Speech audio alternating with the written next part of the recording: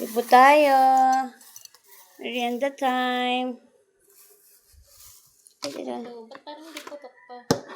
Iba putok yan ang binili mo? Oo. Parang hindi siya no? Yung walang star, yung tatlo. Ito, bigay ng kapitbahay. Galing kina tatay. Sarap ang kalamay. Upalso. Kulang tong ano na. Kulang to kape. Kulang siya kape.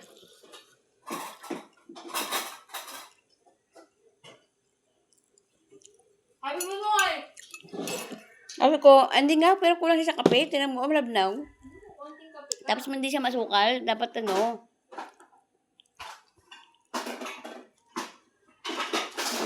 Ano pa? Konting kape lang kasi bigyan mo ng marami dati. Ayun, hindi naman